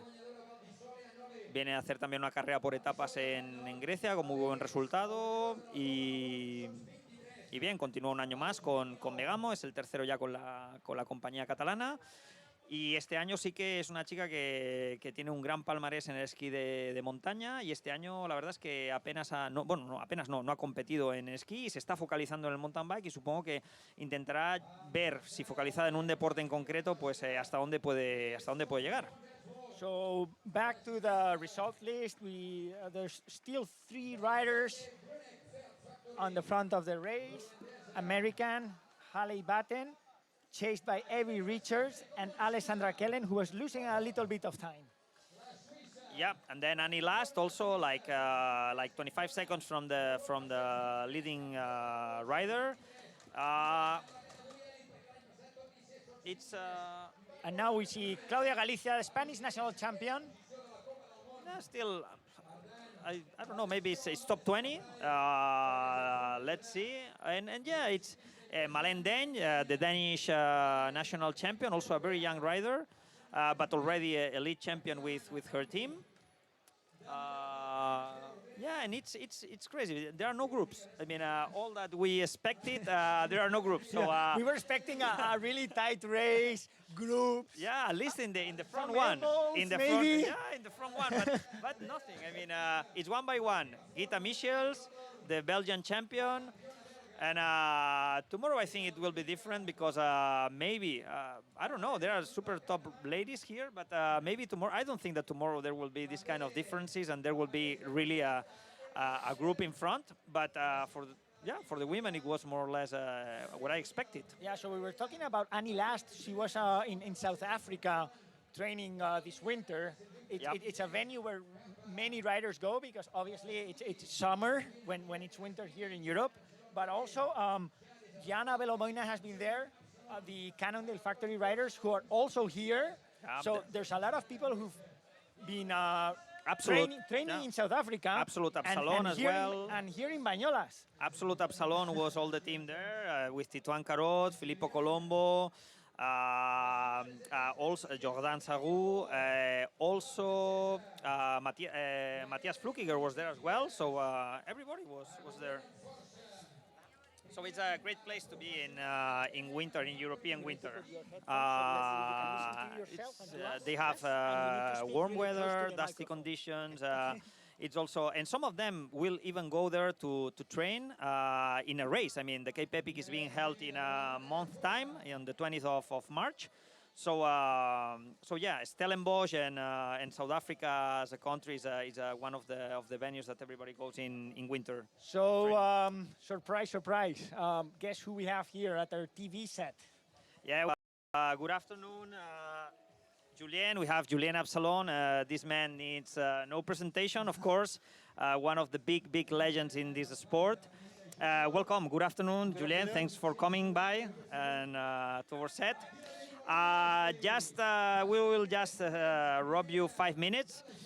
You have had in this venue in Banyoles, you have won 4 times, 3 times in a row. Have you already told the tips, the formula to win here to your boys? Yes, for me it was always the first race of the season. It will be the first race for 2 of my riders. Yep. I think it's a really good track to start the season after a long period on the road, a long period of endurance. It's nice to do some big effort here, some big intensity on this really nervous track. So. Do you like this kind of track where we suppose that there will be a peloton in the front of a group of 8, 10, 12 riders? Yeah, it can be tactical, but it's not possible to have a big peloton because on this track you have a lot of curve. So you can ride in a group, but if you are over the 10 position, it's really difficult to pass in this curve. Good. You have had a couple of new riders in the team. You have Filippo Colombo coming from finishing second in the World Cup. You've got also you've got Titouan Carrot. You've got an average, a really low average in what comes to age. So it seems like it's a long-term project with your team. Do you think that with the new riders and the ones you had, have gone a step forward in the quality in the level of the team? Yes, for sure. I think now in 2020 the team is bigger than last year with 3 top elite riders. And it's the first step, and the goal is to continue to grow. And this season, it's an Olympic season, but we also think about Paris in 4 years, 2020. That's also the second goal. How do you see the possibilities for Tokyo, to be classified for the French team for Tokyo, or in Switzerland, of course? It's unfortunately in Switzerland and in France, it's really difficult to have the tickets to go to the Olympics. Because the French riders will be on the 2 normally at the start, and the Swiss have 3 places, but it's also difficult in this nation to have the tickets. For the French riders, the last qualification race will be in Nove Mesto, so Titouan Carrot and Jordan Sarrou have to be the top 3. If they want to go to Tokyo, they want to go, but if but it's possible. I mean, totally they possible. are super top riders, so they will be there. I mean, I think that the other French riders are also under a lot of pressure. Yes, for sure. This race will be really important. Will be different because some riders will have yet the tickets for Tokyo, and some riders no. And for a lot of nations, it will be the last qualification race. So these riders are really focused on this race, so they will be at 100% till the first World Cup this season. You as a rider, you have lived a few Olympic races, and do you think that the year that there are Olympic race during the season the level is higher for all the riders? So you can feel it. Did you feel a difference between the level that was for the whole peloton? Yeah, maybe it's the quality is really high. The riders are really all close all together. Lots of riders are now able to do some podiums. It's always difficult to win because in the main category, it's more or less always the same winners, but on the podium, it's always different. Yep. Good. Julien, we thank you very much for being with us. It's a great pleasure to have a legend like you with us. And we wish you all the best for tomorrow's race and also for the rest of the season. And we hope that the 2 of your boys are in Tokyo, of course. Okay? Thank you. Okay. Bye. Great pleasure. Thank you very much, Julien. Muchísimas gracias, Julien Absalon. ese mito del mountain bike mundial. Ha ganado aquí en 4 ocasiones, 3 de ellas consecutivas. Espectacular, todavía en forma. Aunque Sí, no, por supuesto. sigue subcampeón del mundo con e-bike, e-bike. Me parece que es exacto. subcampeón o quizá tercero, pero ahí andamos. Y bueno, dirigiendo el equipo BMC. Fino, se le ve fino. Al final, estos son caballos de carrera, o sea, un corredor de este nivel. ¿Algún Komen Strava todavía tiene? Seguramente. Seguramente no, seguro. O sea, al final tenemos a un corredor que ha dominado el mountain bike durante muchísimos años. Al final tuvo además esa motivación de que apareciera un Nino Schurter y tuviera que pelear con él para no ceder al siguiente rey. Y verdaderamente eso le hizo alargar su carrera. Yo recuerdo que tras el Mundial de 2015 en Valnord decía que el año 2016 iba a ser su última temporada y no, alargó aún un poquito más porque, bueno, es complicado dejar lo que ha sido tu vida. Yo creo que se reconvirtió un poco, o sea, llegamos a digamos, cross country old school, carreras de 2 horas y pico, empezaron las carreras más agresivas de hora y poco. Ahí ya parecía que Nino tomaba la decisión, pero sin embargo volvió a ser otra vez... Son auténticos ganadores. Es un poquito, yo estoy seguro que la llegada de Matthew Van Der Poel hace que también Nino incluso se centre más, entrene más. No que no hubiera entrenado menos a conciencia, pero sí que es verdad que te puede relajar un pelín. Pero cuando ves que te estás jugando tanto, que tienes a una verdadera bestia ahí peleando contigo, que tú también lo eres, una bestia, eso hace que mantengas la tensión y te dé. Entonces, eso son motivaciones positivas, creo yo. No es bueno caer en la apatía o el conformismo. Y nada, seguimos aquí con la carrera de chicas. Vamos a ver cómo se presenta el paso de la siguiente vuelta. Si la estadounidense Batten continúa ahí dominando la carrera, si Evie Richards ha podido cerrar el hueco o si a Evie la han cogido por detrás y tienen ahí una lucha interesante por el podio. Veremos a ver. So we're waiting to see the head of the women elite race where Halle Batten was leading just in front of Evie Richards, and just a few seconds behind we could see Swiss Alessandra Keller. Now we are seeing also other women. These are junior women who are also racing at the same time. One of the cool features of this race is that there's a separate race only for women. Some masters have raced this morning. Other masters and junior men will race tomorrow morning before the elite race.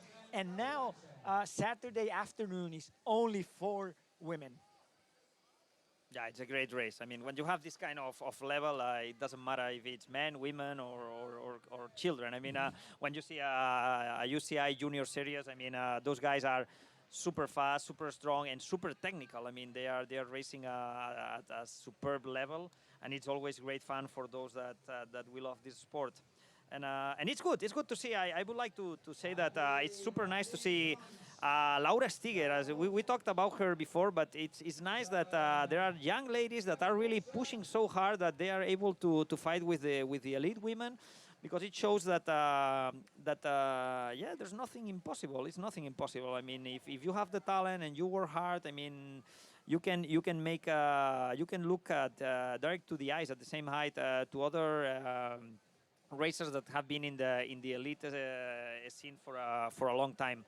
And it's a little bit like the Geoffrey Coulel example. I mean, this guy has been third, in the under 23 overall World Cup classification this year.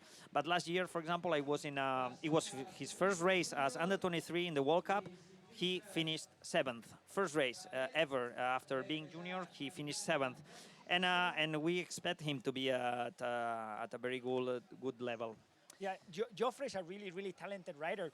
I would also like to point out Vlad Dascalu. He's Romanian, but he's actually lives in Spain, in La Rioja, really close to Carlos Coloma. Yep. He really nearly won everything last year. I mean, not everything, but I mean... No. Last year he had one extra gear. I mean, he was with Seth in almost all the races. It was that trio, Jofra, Vlad, and Filippo Colombo. but it was more or less the same strategy. With one lap and a half to go, he was always attacking and being able to open a gap. Of course, suffering, but opening it quite easy. I mean, so yeah, we will see. Alan Hatherley was the under-23 world champion 2 years ago. In 2019, he was his first season as elite, and he already got a top 15 elite World Cup result. So, and quite in front in the short track. So yeah, it's important to know that under-23 riders are not that far from the good elite riders. So we'll see. It's gonna be fun. Yeah, obviously they need to develop themselves and maybe they don't have so much experience. Then the elite field is it's much tighter. There's no mistakes allowed, but yeah, I mean, they are really, really fast. I mean, if you ask them, like for example, the watts they do in training, it's like amazing. Yeah, it's crazy. This is and races like tomorrow is where we can see it. I mean, as we commented before, Jofra last year was here fourth with quite a similar level as this year. This year, I think there is an extra one. But tomorrow, for sure, if nothing strange happens, he's going to be in the top 10 during the race, and then we'll see. I mean, yeah, they are not that far. Hablábamos de nuestro anterior invitado, Jofre Cuyel, el talento que tiene y, bueno, es una gran promesa para internacional, pero también queríamos hacer mención, pues, por ejemplo, a otro pseudo español que es Vlad Dascalu, rumano, pero vive en nacionalidad rumana, pero vive en La Rioja. Lo sentimos, yo creo que lo sentimos español, ¿no? Es uno más de... Y bueno, este año ya pasa a la categoría élite tras prácticamente haberlo ganado todo el año pasado. Cuando digo prácticamente, no ganó todas las carreras, pero europeo, mundial, Copa del Mundo, espectacular. Todo, o sea, al final, y la manera que lo hizo, al final demostró que tenía un punto más que los demás, bueno, que los otros dos que estaban ahí, y que el resto, pues, 3 puntos más, pero sí, demostró una solidez espectacular. And we're just about to see top riders. So now it's Evie Richard who's in front of Halle Batty, and is that Keller just behind? No, that's a lap rider. It's a lap rider. It's a lap rider. But yes, Evie Richard has gone in front of Halle Batten, which is this is just new, and we're just one lap to finish the race.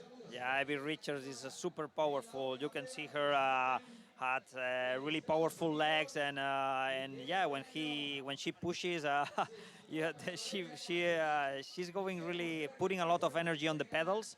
So you really have to be strong. But it's interesting because in the end, I think that nobody would have said that this would be the second position in the race, because they are really young riders and there are big names in that peloton. So it's fun to see. It's more or less connected to what we're saying now, that Jofra or Vlad Dascalu are going to be in front in the elite races. And the same for these two women. Estamos viendo la cabeza de carrera femenina.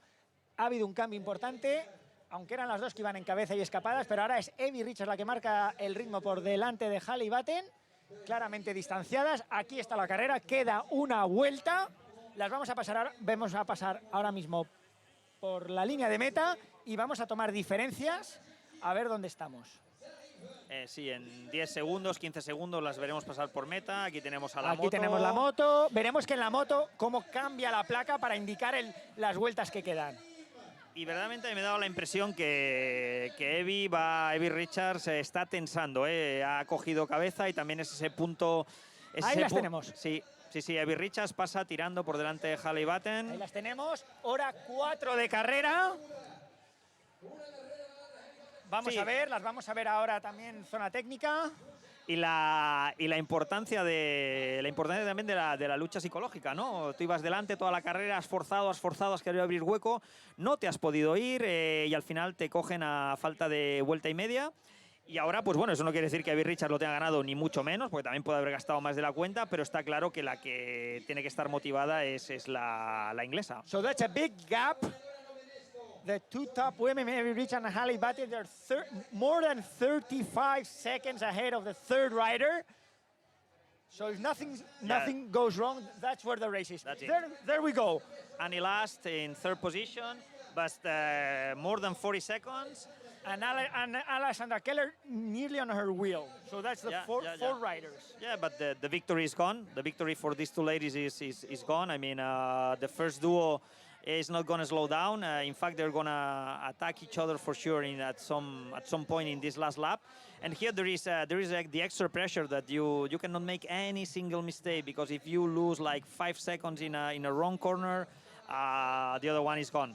So that's also very important if you go face a downhill section to be in front, because if you make a mistake, the other one is you kind of block her, not intendedly, but yeah, at least you're in front of them. And now it's Rocío del Alba with Elizabeth Brandau. So it's 1 minute and a half from the leading group. She's within, I would say, 7th, 8th. Within the top 10 for sure. Yeah, top 10 Acabamos for sure. de ver pasar a Rocío del Alba García entre las 10 primeras sin duda, 7ª, 8ª, a 1 minuto y medio de la cabeza de carrera. Sí, aquí muchas de estas corredoras van a tener una última vuelta muy excitante, porque no van a tener un momento de respiro, se están jugando mucho. Vemos ahora a Rebecca McConnell también, pasando la campeona australiana. Lo que está claro es que la carrera ya está hecha. Prácticamente entre las dos primeras, salvo desastre, está ahí. Sí, incluso si entendemos desastre como una pequeña caída, como una rotura, además sería una de las dos, creo yo. O sea, sería muy complicado que las dos tuvieran problemas o caídas. Entonces, yo creo que la victoria está fuera, pero bueno, nos queda, es eso. Tenemos ahí 2 plazas más de podio, o 1 plaza más de podio, digámoslo así, que habrá una lucha. Ahora es Annie Lash quien va por delante, pero bueno, queda una vuelta, quedan algunos... Annie Lash, que recordemos que ganó el año pasado. Correcto. Y como nos comentaba su team manager, Pierre Levitan, pues bueno, que ha estado en Sudáfrica entrenando. Como mínimo es eso, primera carrera, ya tienes una primera ubicación de dónde está tu forma y la de las demás, y a partir de ahí, pues bueno, a seguir trabajando y con menos dudas. Eduard, te doy la opción. ¿Quién gana? Mira, yo voy a por Evie Richards. Sí, creo que por el tema psicológico, de que llega desde atrás, y luego que la verdad es que yo, viendo las carreras de ciclocross, las he seguido este año, y la verdad es que tiene un potencial brutal, lo cual no quiere decir que ahora la chiquilla esté bien o esté peor, pero que bueno, si está ahí delante, mal no está, eso está claro. So Edward's bet is on Evie Richards after her cyclocross season. So I'm going for Halle Batten. So you're paying dinner, maybe, or are we paying dinner? Maybe. We'll see. Somebody will pay for sure. I mean, somebody has to pay. I mean, we're not gonna run away without paying. That's it. So no, it's gonna be a nice last lap. And again, both on first and second position, but also for the third spot in the podium. It's really nice to be in a podium in a venue like Banyoles, so you can put it in your curriculum. So yeah, we'll see. Yeah, and actually, I mean, also the podium's quite tight. I mean, Alessandra Keller was and Annie Last. They were riding really close. Last was now third. She won here last year, so she's got a lot of experience. And now we're listening how they are cheering for Claudia Galicia. Yeah, most probably the Spanish lady Spanish rider is coming. Yes, she's coming. She's 4:30 down from the top riders. Yes, in positions, I think that she will be happy with this spot. Yeah. But she will tell us. But yeah, 4 minutes 30. She's riding in front of, for example, Malène Deng. Yeah, a big name. Yeah, it's a big name. Malène Deng is a very talented rider, so she's in front. I think that focusing on mountain bike for sure will pay off during the season, and results will be good or better than in the past. Yeah, she wanted. She's always. I mean, she loves ski, mountaineering. She's world champ, but she wanted to give it a go at a full season mountain biking with a proper off season. Yep. And let's see if that pays back. Yeah, at this level, I mean, you have to focus on one sport, and only a few talented riders that can afford to play in different disciplines at a good level. And the main example of that this can happen, but it only happened once is Matthew van der Poel. Matthew van der Poel is racing top in cyclocross, road, mountain bike, but this is why he's an ET. I mean, he's not from this world. We saw Gita Michels, the Belgian champ, going through the finish line and starting to climb the tarmac zone. So we also see how all the media is getting ready for the finish line as many riders still go by. Yeah, it will be in like 10, 11 minutes. We will have them here because it's already 6 minutes and a half that the leading group, the leading duo was going through the finish line. So it's around 12 minutes. We will have them here. And like 4 minutes before that, we will see them on the TV screen. Yep. Our cameras will be displaying the race. And it will be fun. It will be fun to see if who of the two riders is in front. Or maybe we can even leave the final attack. We'll see. Let's see. We have seen some sprint finishes here in Banyoles. Yep. So that's not something we have to forget or discard. But I don't know. They were quite close anyway. I don't think if they're actually... I think I don't know if it was last year or 2 years ago. No, 2 years ago, because Saru was still in another team together with Victor Koreski, and they just got in the finish line together. So there was no sprint because they were teammates. But yes, it could happen. And in this case, I support even more my win on Evie Richards. Okay. Hablábamos de que es posible también que viéramos un final al sprint. No sería la primera ocasión que suceda aquí en Banyoles. Correcto. Eduard sigue con su firme apuesta de Evie Richards, sobre todo si es al sprint, así que me va a tocar pagar a mí las cervezas. Veremos a ver. La verdad es que ninguno de los dos bebemos o poco, con lo cual bueno, a mí la cerveza me gusta, o sea... o sea, vete aflojando, ¿no? Mira, y acabamos de ver ahora pasar a Emily Batty, o sea que finalmente, a pesar del problema mecánico, la rotura de cadena, finalmente lo solucionaron, está muy lejos, ya no cuenta para nada su clasificación aquí, pero obviamente está de pie, está estrujando y bueno, es el mejor entreno, o sea, al final no puedes permitirte el preparar toda una semana, descansar 2 días porque llega la carrera el domingo o del sábado por la tarde y encima el sábado por la tarde no estrujarte, porque entonces pierdes unos días muy valiosos. En cambio, hablábamos también que es que los 25 primeras cogen puntos sucios, son puntuadas, con lo cual, oye, al final a lo mejor esos pocos puntos pueden ser decisivos a la hora de también, o bien clasificar al país para los Juegos o bien a la propia deportista. Correcto, incluso para la clasificación UCI, de cara a las salidas de Copa del Mundo. Todo cuenta, todo cuenta. We just seen passed by Emily Batty, who had a broken chain, and although she might not be in top spots, there's the first 25 riders get UCI points. Obviously, we're talking about many countries or riders still qualifying for Tokyo, so those few points could make a big difference at the end of May when the classification for Tokyo ends. It's going to be, as usual, any Olympic year is a very exciting season, and everybody is nervous. Everybody is focused on trying to classify, as you say, the nation, but also himself and or herself. And there's extra pressure, and for the crowds, it's even better because the level is high.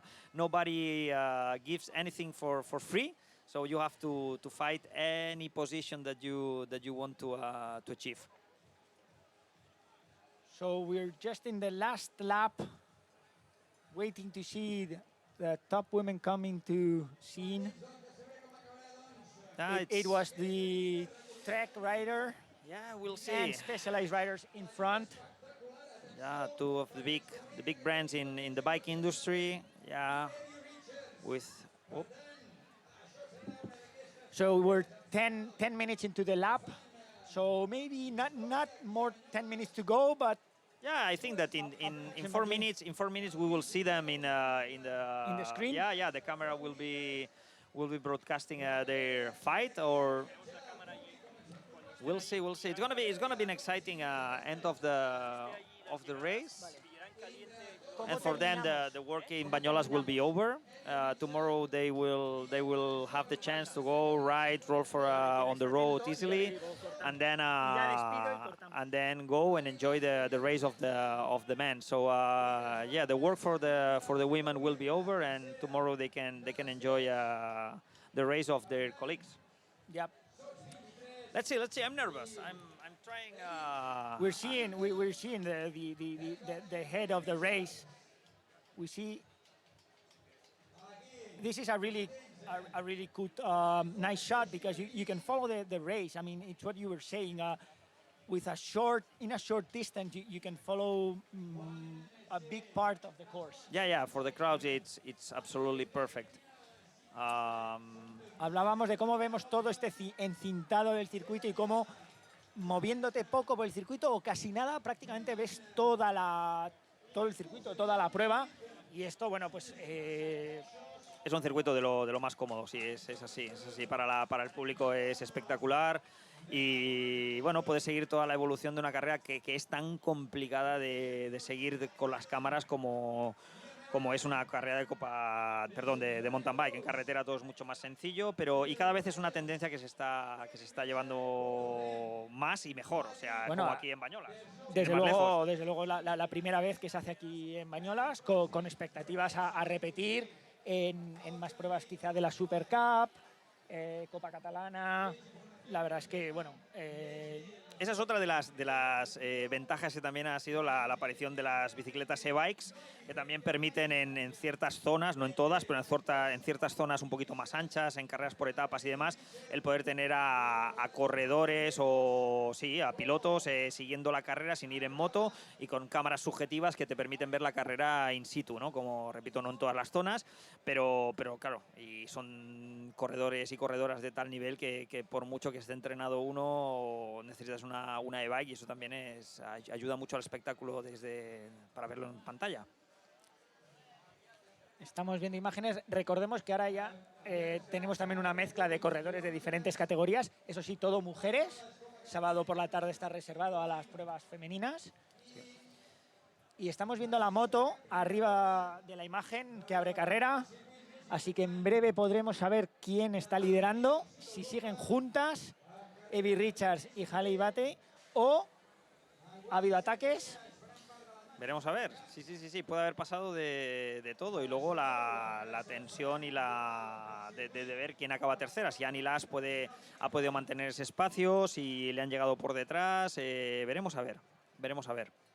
Tensión. Ya está aquí la línea de meta, que la tenemos justo al lado. Ya está aquí todo el mundo agolpado.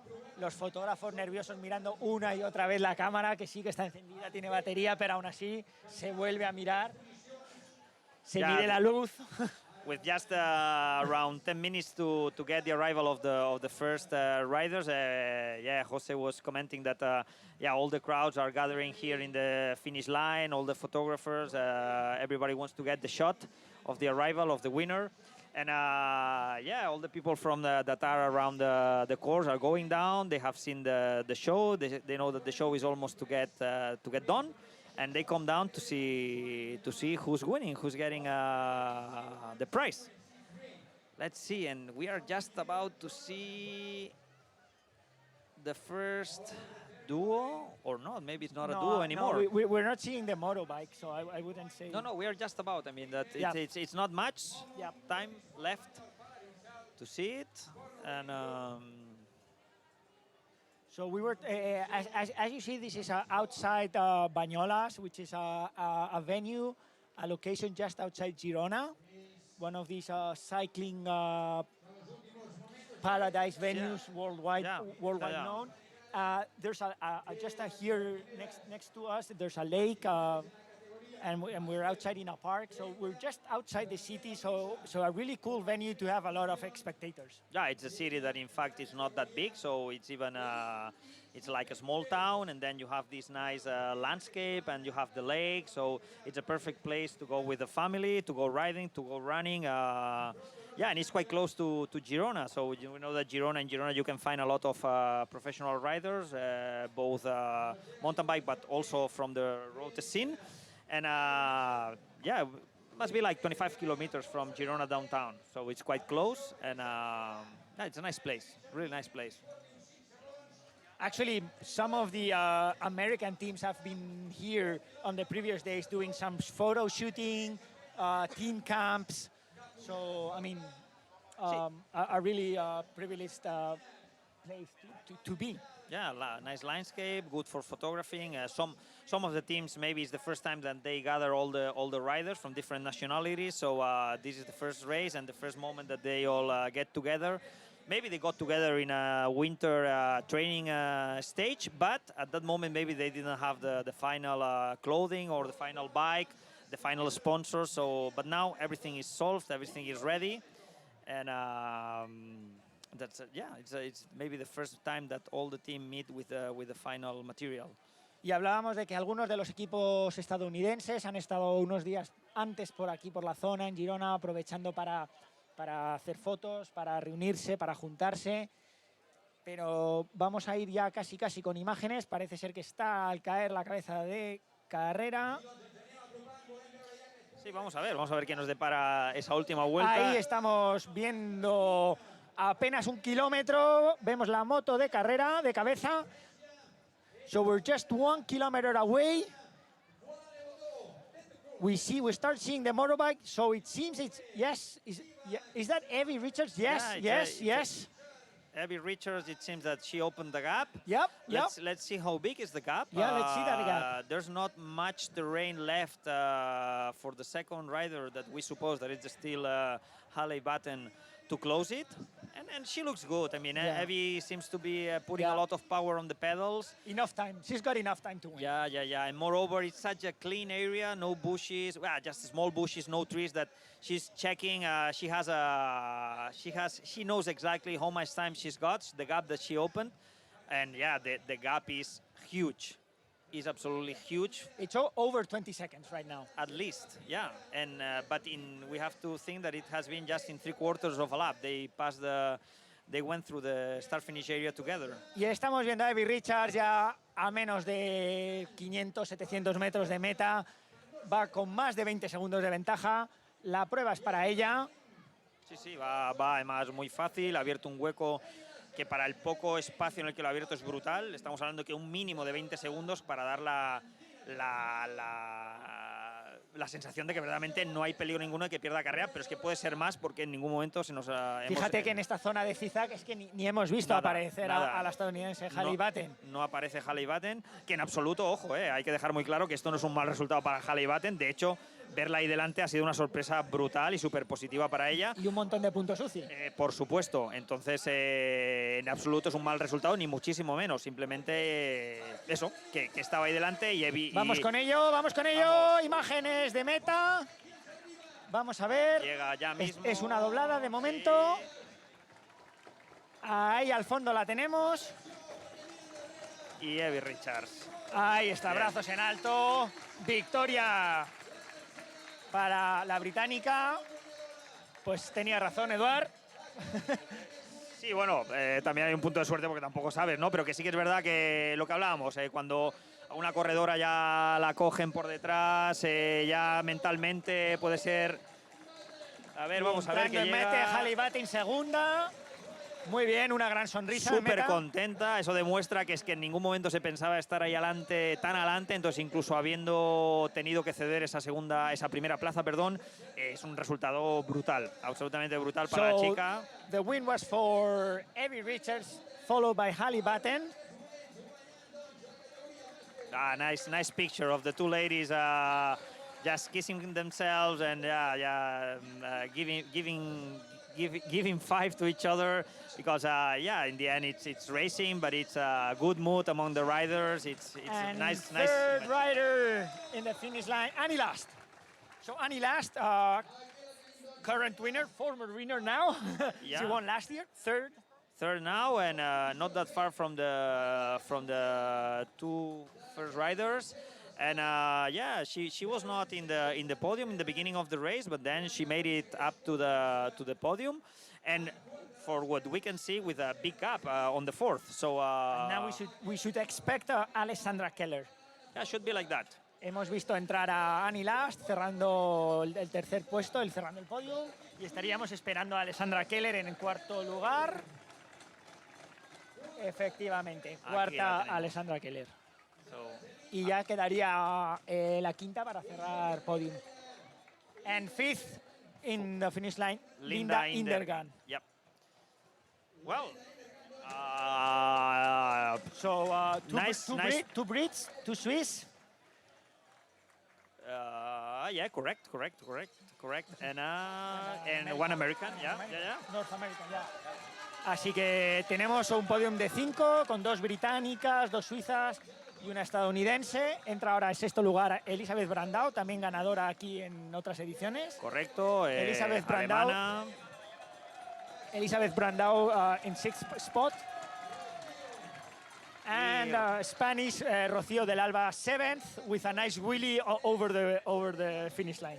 Yeah, yeah, that's it. I mean, we're still 7th. Oh, Annika Lambat, the ex marathon and cross country world champion, racing for Specialized. In 7th position. Hemos visto entrar a Rocío séptima con sus habituales caballitos justo delante de Annika Lambat, ex campeona del mundo de maratón y de cross country, ni más ni menos. Correcto. No. O sea, Rocío tiene un nivel altísimo y esto es una primera toma de contacto y tendremos que ver cómo evoluciona el año, pero no, seguro que muy bien, además con la motivación de las Olimpiadas, esa plaza que nos comentaba su team manager y compañero como corredor Carlos Coloma. Y mentor, y vamos. Mentor y de todo. Y confesor y todo. Sí. Que ya tenía esa plaza, entonces eso también le tiene que dar un punto de tranquilidad porque eso no tendrá que luchar por ello, podrá planificar todos sus picos de forma para esa fecha y veremos, veremos a ver. Un año excitante, sí, seguro. So most of the top 10 women are now in the finish line. Laura Stiger now, another young rider. It's super nice to see so many young riders getting in the top 10 in such a top race like Banyoles is. You know what's really, when you see the top riders and you see their age and you look at your ID. No, we could be their father. I mean, that's it. So no. But even if you compare it with, for example, Levitan, today she was second, and Annika Lambat. I mean, there must be a difference of I don't know the age exactly, but at least 15 years for sure. Yeah. Because Levitan is really we can say it, but no, we don't have the. No tenemos aquí. Okay. Well, but there's at least 15 years difference, and they have raced almost at the same pace. We have Julie Bresset from the Massi team, the ex-world champion and Olympic champion in London that just went through the finish line. And acaba de entrar también Julie Bresset, la ex-campeona del mundo y ex-campeona olímpica que corre para Massi este año y acaba de pasar por la línea de meta. Y ahora ya será, pues eso, un rosario de corredoras que irán llegando y, bueno, que... Ni más ni menos campeonas nacionales, correcto, campeonas olímpicas. Vamos a ver Claudia Galicia también, a ver en qué posición termina Claudia.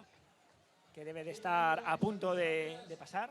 Sí, no puede estar muy lejos. El último paso por meta era 4 minutos y medio de cabeza. Contemos que puede haber perdido unos 45 segundos, un minuto, depende de la guerra que haya habido en cabeza, que seguro la ha habido. Y tiene que estar al caer la campeona de España. Aprovechamos para recordar mañana conexión en directo de nuevo con la carrera élite masculina a partir de las 12:20, unos 15-20 minutos antes de la salida, así que no os lo perdáis. Sí, mañana vamos a tener aquí un pelotón de un nivel altísimo y además con una cantidad de corredores. Ahora mismo no tengo en mente cuántos inscritos hay en élite, pero va a ser un pelotón espectacular. La salida siempre es un momento de lo más excitante. Entra por ahora también Malène Deny, la campeona danesa del KMC Orbea. So we've just seen the Danish champion Malène Deny, who's actually also living outside Barcelona. Yeah, so correct. she also moved to Spain for training and traveling. Yeah, she's the girlfriend of Loic Bruni, the world champion, and they both live together 30 kilometers outside of Barcelona in a nice area. And now Now we have just seen Claudia Galicia, the Spanish champion, going through the finish line. Well, not a bad race at all. I mean, with the level we have had here, I think she must be happy. She will tell us later, but for sure, I think she has to be very positive about it.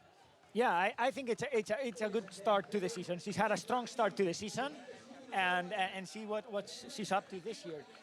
Also, really happy for Rocío. Also, good result. Yeah, so the Spanish field has a good race. Obviously, French, Brits, and Swiss always on the top spots. That's another level. It's like what we were talking with Julien Absalon.